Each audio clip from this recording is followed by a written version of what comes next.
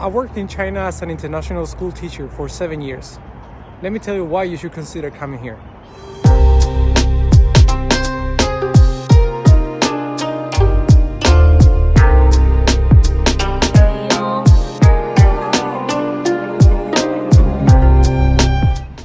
Hey, welcome to this video. I'm going to try to give you a glimpse of what it's like to work in China as an international school teacher in 2025. In my case, I've been working in China for 7 years as a music teacher in different cities and different international schools. And I thought that the journey so far has been so interesting that I just needed to share with other people who may be considering coming here to work as a teacher. Let's jump right into it.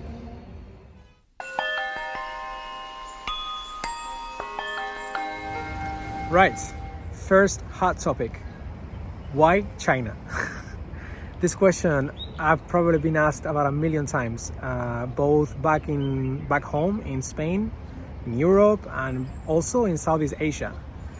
People seem to be very, very surprised that I chose to work in China full time.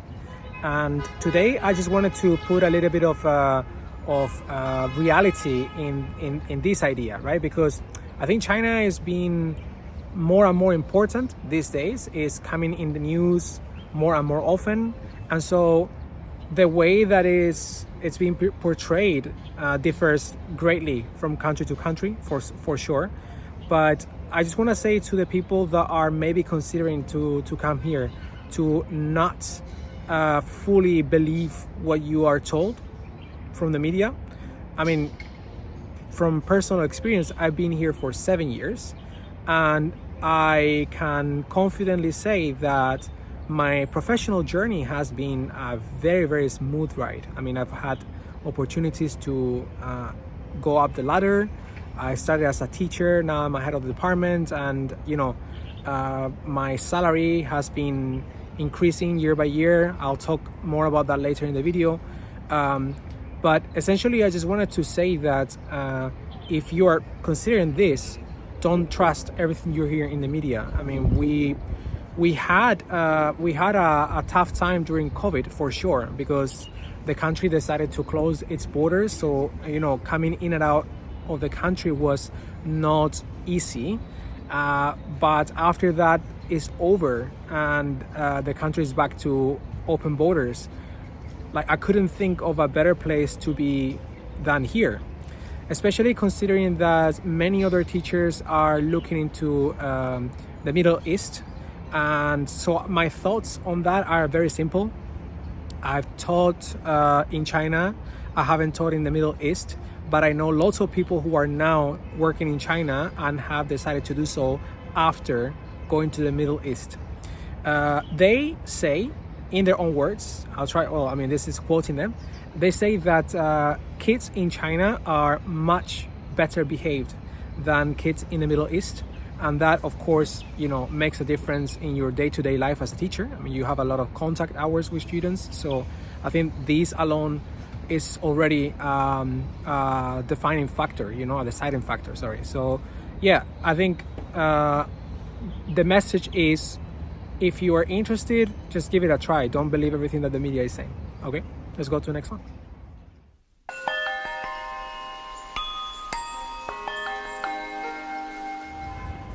All right, and now probably another big one, the salaries and working conditions.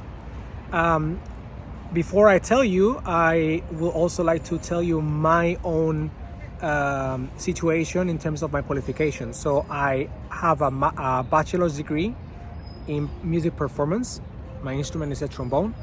And then I obtained a master's degree in music education. So for those from the UK, I think the master's degree is higher in comparison to the average PGCE. So yeah, you should bear in mind that before you compare the numbers that I'm gonna tell you with what you could expect. If you have less than a master's degree, you probably should expect a little bit less money. So yeah, here we go. My first school, where I stayed for 2 years, was about 22,000 renminbi, which is about 3,000 euro, maybe a little bit less. And about the benefits, I'll explain that later in the next topic, because in China, basically you get paid extra to pay for your housing, so that's separate from the salary. So yeah, the first school was about 22,000 RMB, or like 3,000 euro, and I was working really hard. That was a boarding school, so I was about 28, 29 classes a week, plus boarding duties, for which I didn't get paid extra. So I think you should expect something like that as your first school, okay? And depending on the school, you might get paid extra or not for those boarding duties. In this case, I wasn't. The next school, where I stayed for a year, the salary went up from 21, 22 to 28. So that's already almost like more than 20% increase. So in that school, the working conditions were much better. I think I had about 14 or 15 classes a week. So basically half the amount of teaching hours. That was a local school, like not local, it was international, but it was a standalone school. I'll give more details about that in a later part of the video. After that school, I moved into a bigger international school, and that was up from 28 to 34. Now, bear in mind, the first school was also in a smaller city. I forgot to mention, the city was called Changzhou in Jiangsu province, sort of next to Shanghai. The second school was in Foshan in Guangdong province, and the third school was in Guangzhou, the basically canton, right? I think that people call it that outside of China. So in this third school, which was a bigger international school, the salary was also an increase of another like 20% on my salary, and I also had about 14 classes a week. So plus you had to do some extracurricular maybe once a week. And then the next school that I got, which is where I am right now, is in Foshan as well, and the salary there is about 39,000 yuan. So that's again like maybe like 15-20% increase on the previous one. So you can see like what I'm talking about. Like based on these data, I mean, you can see how good the working conditions have gotten year after year, right? So this is why when I tell people things like this, they usually very surprised to hear, and that's why I also want to share with you, because I don't mind talking money. It's not a problem. So you now know better. So I think that the current conditions I have as a head of department are also slightly better than you can expect. The average number of lessons that you are going to be expected to teach is about maybe 20 or 22 per week. I think that's consistent with the average of bigger schools. So yeah, just bear that in mind. Compared to back home in Spain, it's less. Like I'm working less, because the back home it was like 26, 28 classes a week. So that you can compare that with your own country and see how it is. All right, so yeah, let's go to the next topic. Actually, before we go to the next topic, I forgot to mention that there are bigger companies here in China who are gonna pay even more than that. So for a very experienced teacher, I've heard salaries can go up to even like 50 something or even 60,000 yuan per month. That's quite good money. So I would say if you are going to be working for bigger companies such as Dulwich College or maybe Harrow schools in mainland China, you could also expect a salary like that. Okay, so yeah, just a brief extra note on that.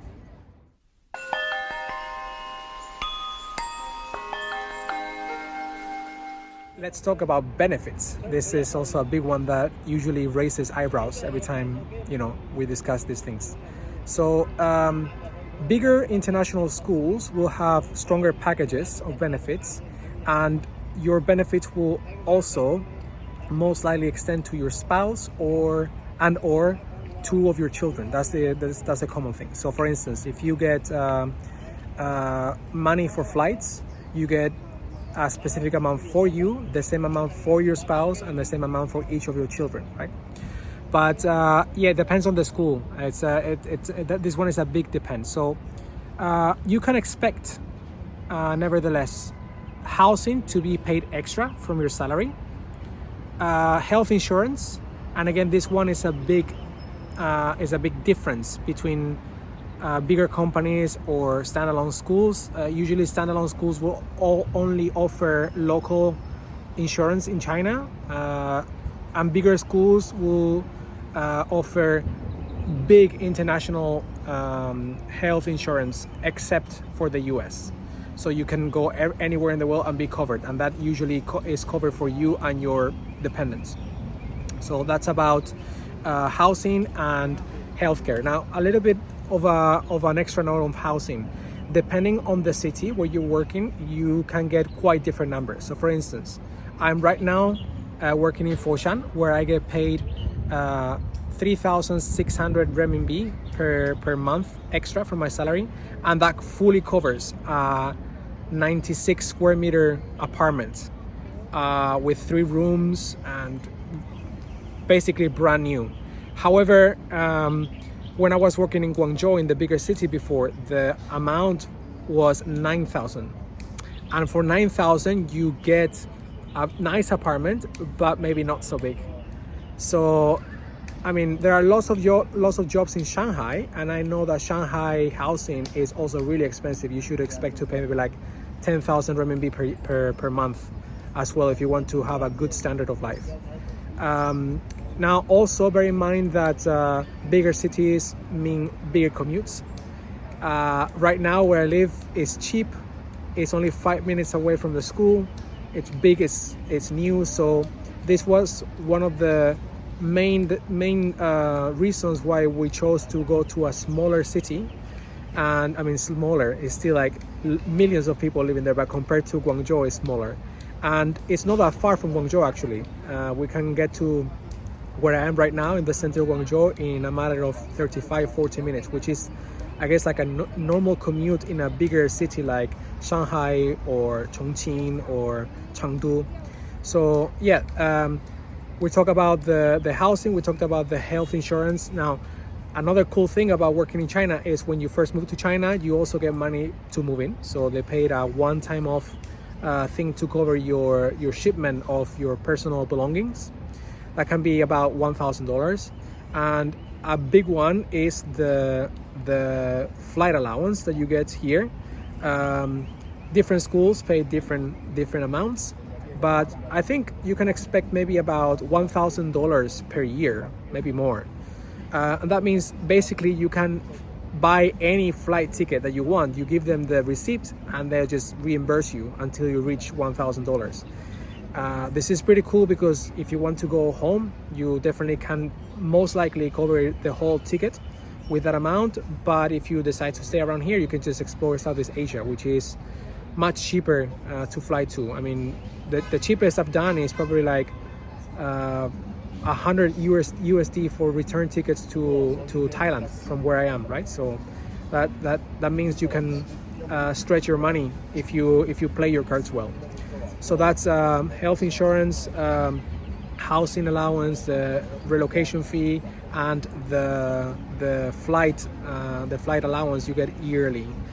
In other schools, you might get other things such as extra money for food, I've heard, and you might even be reimbursed for your laundry. So it depends on the school and the situation. But yeah, these benefits are equal to nowhere else, I think. I mean, international schools usually do this, but I was working in an international school in Spain and they did not pay anything extra, just your salary. So this is also a big one.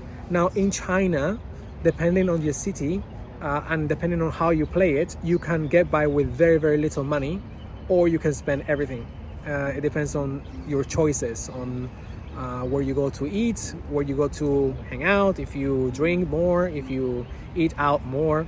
So the benefit of working in a smaller city like I am now is that you can still do those things, but it will cost you a fraction of what it will cost in bigger cities, again, like Shanghai or Guangzhou or things like that. So yeah, I hope this gives you a lot of information to consider about maybe taking a job here. Let's move on.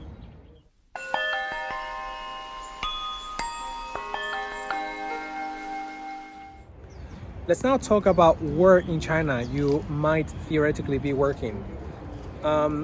China is a massive country, as I'm sure you all know, and there are lots of tier 1 cities, they're called. I mean, tier 1, tier 2, tier 3. There's a big difference between tier 1 and tier 3 in terms of like what you can expect of Western like things that you might find. So if it's your first time in China and you want to have a good segue into working in these countries, I personally suggest to go for the bigger cities, even if that means that you might end up spending more money on accommodation and living. But I think it's important that your first contact is friendly, and I'm saying friendly because it will be friendly always if you want it to be, but if you go to a small city where you can't find anything foreigner friendly, you're gonna have a different experience of what China can be for you. So I suggest always taking your first job in major cities. Now, what are those? Of course, Shanghai, Shenzhen, Guangzhou, Chengdu, Chongqing, but also Hangzhou, Suzhou, and maybe Foshan, where I am. I don't know, I'm just telling you about my experience. Now, be careful where you choose depending on your ability to tolerate cold weather or hot weather. For instance, in the south of China where I am right now, it's really humid in the summer, but the winters are softer. If you go to Shanghai, you can expect quite a hot summer actually, but a very, very cold winter. And if you go even further up north, it's really, really cold. So there's lots of cities in China, and if you are curious about anything, you can just write on the comments on the video, and I'll try to get back to you to see my thoughts about the city. So yeah, basically to summarize, if you're gonna take your first job in China, maybe choose a bigger city so that you can meet other foreigners and make your first round of contacts in China. It's really important, because even though it's a massive country and there are lots of people here, the foreigner community is small, and everybody knows each other, most cases that is. And then later on, a friend of yours might offer you a better job than you already have because they moved to a different school, and it turns out that school is great. So yeah, I suggest doing that.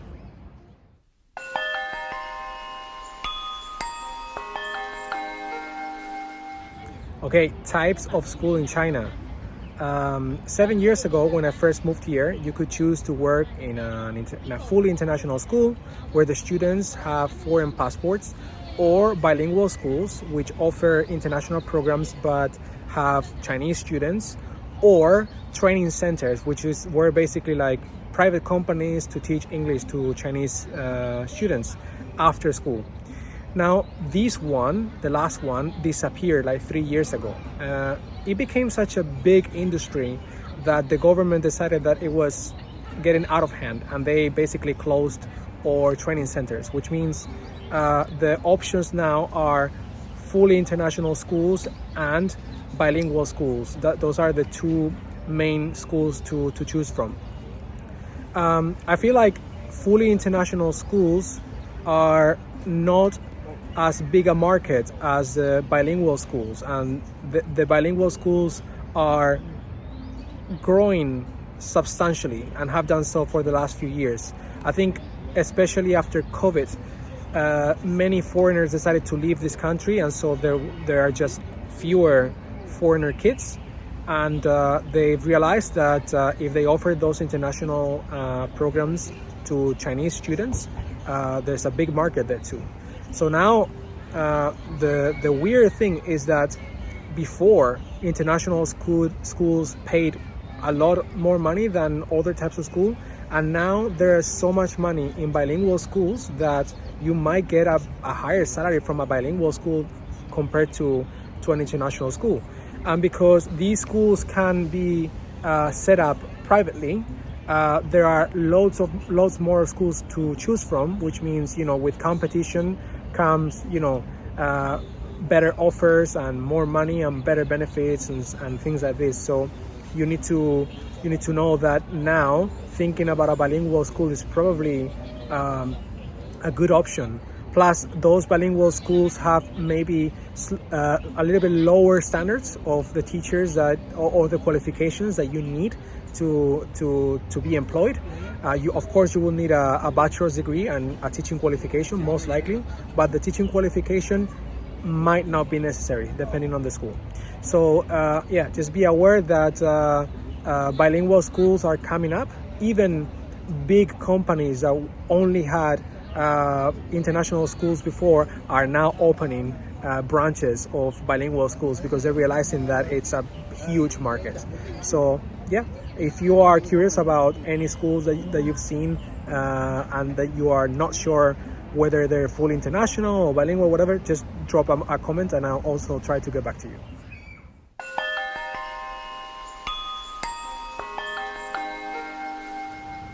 You're probably wondering also, what do you need to be employed in China in terms of what kind of qualifications or what kind of curriculums you should be an expert in. I would say that a few years ago the most common thing was the UK system, where basically high schools go for GCSE courses and A-level courses. But I have to say that in the last 4 or 5 years, IB schools are popping up everywhere in China. So if I were you and I was about to maybe consider looking for a job here, I will make an investment into at least getting the first diploma, the first teaching diploma directly from IB. They're a little bit expensive. I think depending on the subject and the level, I think it can be about 450 USD or something. But you can do that online in a month. I did that just to have the qualification. And the thing is, many of the IB schools are realizing that they can't expect everybody to have IB experience. So I think if you make a little bit of an effort to say, hey, I've kind of like started to get my own investment in this curriculum to be able to teach it in a school, you might be offered a job in an IB school.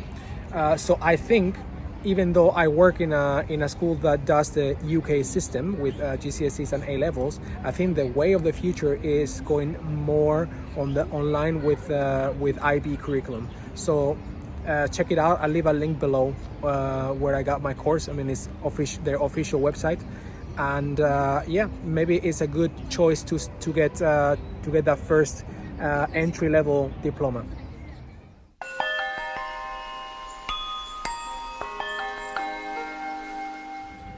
Working culture in this country. China has the reputation of being a very hard-working country. I don't know if you're aware of this, but a while ago they came up with this 996 sort of like way of life, which is basically you're expected to work from 9 a.m. to 9 p.m. 6 days a week for bigger tech companies. Now don't worry, that's not the case in schools.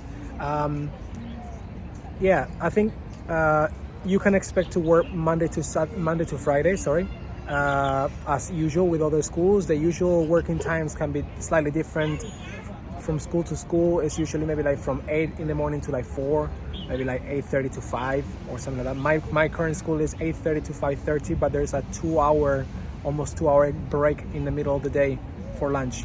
That's quite common here as well. People take a nap and everything in their own offices, and it's super accepted that you're taking a nap during that time. In fact, it's encouraged so that you can later teach more efficiently. So I think those are the usual times you can expect to work. Now, one of the things that I will mention about this is that international schools are very protective of weekends. And if there's a holiday, but the holiday falls in a weekend, you might get an extra day added. Like for instance, if the holiday falls on a Sunday, they might give you the next Monday for a holiday. But that is definitely not the case in bilingual schools or Chinese-based schools. In fact, they're quite tricky with that. So, for instance, right now, as I'm speaking to you, it's a Friday, and today and tomorrow is called Qingming holiday in China. It's a tomb sweeping holiday where families get together to go to the cemeteries and clean the tombs of their ancestors and stuff. But this holiday in my calendar, it's marked as Friday, Saturday, and Sunday. That's my 3-day holiday. Now, whether that fell on a weekend, that doesn't really matter. So the Western concept, especially the Spanish concept of holidays, where they're respected, that's not a thing here in China. So you will get some of those weird. The holiday is on a weekend. Speaking about this, I will also say that in Chinese bilingual schools, sometimes if you've had a holiday, you will have to make up for that. So for instance, this academic year, starting in August 2024 until July 2025, I remember back in October, I worked every single Saturday in October. So I worked Monday to Saturday for 4 weeks. And that was because there was a Chinese holiday in October, and it got extended a little bit for us, for the teachers. So even though they extended the holiday so that we can get a bit longer, we made that up for that through working on Saturdays. So I think that won't happen in fully international schools for sure. So if this is something that you don't want to do, then you should consider a fully international school. Bilingual schools will have that through the year. So this is just so you know. Here's an extra note on the holidays. If you're working in a bilingual school, you should expect a short Christmas break, maybe like just a few days, and maybe a longer break in Chinese New Year in February. If you're in an international school, usually the holidays are more similar to those from other countries in the West. But yeah, just to see what it could be like, I'm gonna attach a couple links to a couple different schools in China so that you can check their calendars and how different they can be.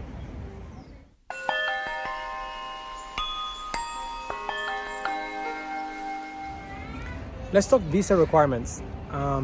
In order to get a contract and a work visa, you're gonna have to have a bachelor's degree related to your field. And sometimes for head of department positions, they also require a master's degree. This, though, depends on where you're applying. So you might find that different cities have more or less lax requirements for working visas. If you're married, your spouse will get a family visa very easily. And just a note that was kind of surprising for me as well. Apparently, a couple years ago, there is an opportunity for same-sex marriages to apply for that family visa. Whether it will be granted or not depends case by case, but it is now a possibility. It wasn't before COVID, but it is after COVID. And I've heard from colleagues that were working at a previous school of mine that got their visas approved, their family visas approved. So that means that even for same-sex marriages, it is now at least a possibility to apply for that.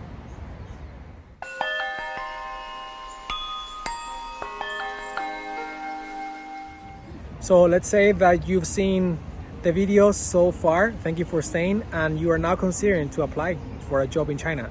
Where do you apply and how do you apply? I'm going to leave the usual websites that I've used for all of my jobs in China. They're mainly tes.com, teacherhorizons.com, and the last one is Search Associates, which is a paid one. The other two are free, but Search Associates, it's a paid service, but they do have a very personal way of doing business, and they help people very, very well. So I'm gonna leave those links down there. I'm also going to leave 2 links that I found very interesting. One of them is called internationalschoolsreview.com, and it's a place where teachers can leave reviews of the schools where they've worked, both about the school but also about the management of the school, whether that's the principal or all that. So I would say with this one, be careful, because people who might be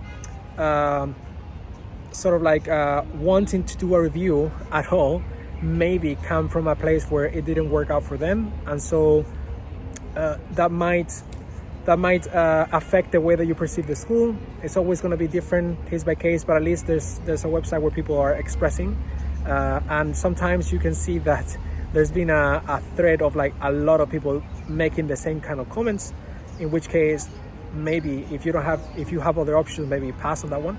And there's another one that I discovered recently, which shows the salaries of teachers that have just like, shared their salary there by cities, by fields, by schools, by companies, and all of those filters are available. So I put those links down there. Okay, and again, one more time, if you have any questions about this, you can just drop a comment. I'll try to get back to you.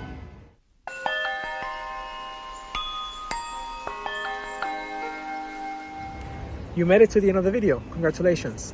I leave this as a little recommendation based on my own personal experience. I recommend people to go for the south of China, namely that's Foshan, Guangzhou, Shenzhen, Zhuhai, because these places in mainland China are very close to China, Hong Kong, and China, Macau.